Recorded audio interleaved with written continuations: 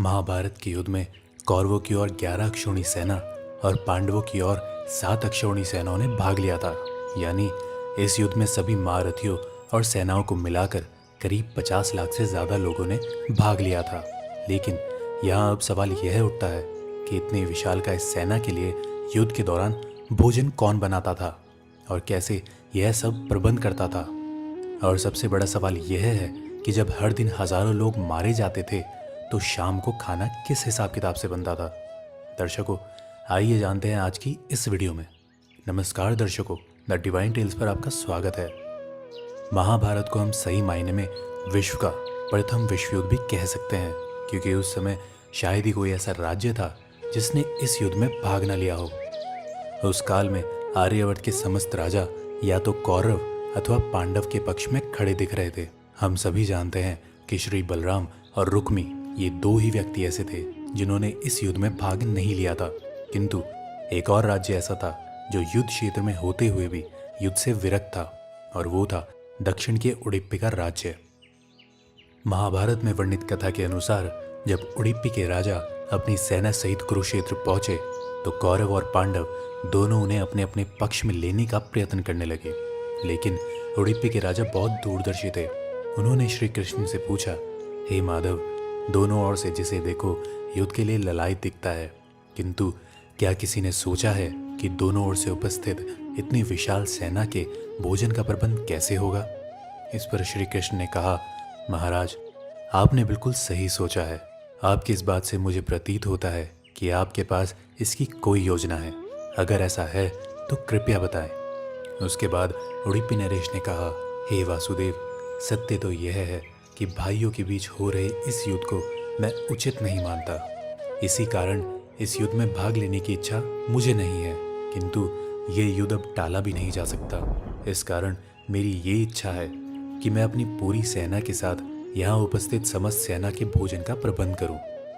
इस पर श्री कृष्ण मुस्कुराते हुए बोले, महाराज, आपका विचार अति उत्तम है।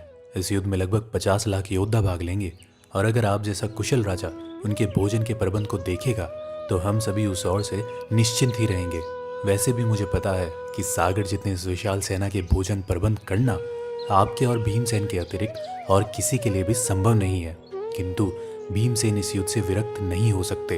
अतः मेरी आपसे प्रार्थना है कि आप अपनी सेना सहित दोनों ओर की सेनाओं के भोजन का भार संभालिए। इस प्रकार उडुपी के महाराजा ने सेना के भोजन का भार संभाला।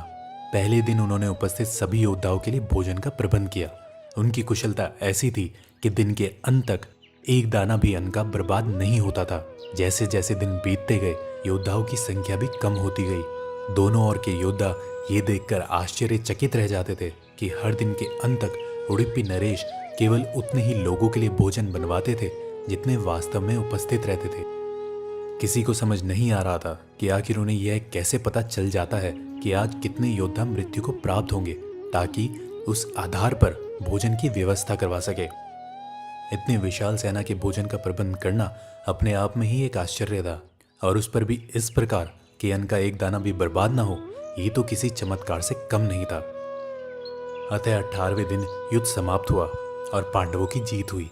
अपने राज्य अभिषेक के दिन आखिरकार युधिष्ठिर से रहा नहीं गया और उन्होंने उडुपी नरेश से पूछ ही लिया, हे महाराज, समस्त देशों के राजा हमारी प्रशंसा कर रहे हैं कि किस प्रकार हमने कम सेना होते हुए भी उस सेना को परास्त कर दिया जिसका नेतृत्व पितामह भीष्म, गुरु द्रोण और हमारे ज्येष्ठ भ्राता कर्ण जैसे महारथी कर रहे थे। किंतु मुझे लगता है कि हम सबसे अधिक प्रशंसा के पात्र आप हैं, जिन्होंने न केवल इतनी विशाल सेना के लिए भोजन का प्रबंध किया, अपितु ऐसा प्रबंध किया कि एक दाना भी अन्न का व्यर्थ ना हो पाया। मैं आपसे इस कुशलता का रहस्य जानना चाहता हूँ। इस पर उडुपी नरेश ने मुस्कुराते हुए कहा, सम्राट, आपने जो इस युद्ध में विजय पाई है उसका श्रेय किसे देंगे। इस पर युधिष्ठिर ने कहा, श्री कृष्ण के अतिरिक्त इसका श्रेय और किसी को जा ही नहीं सकता। अगर वे ना होते तो कौरव सेना को परास्त करना असंभव था।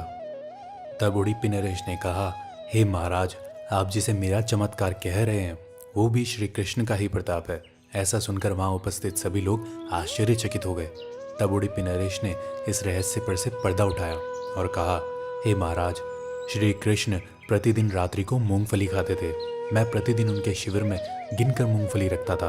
और उनके खाने के पश्चात गिनकर देखता था कि उन्होंने कितनी मूंगफली खाई है।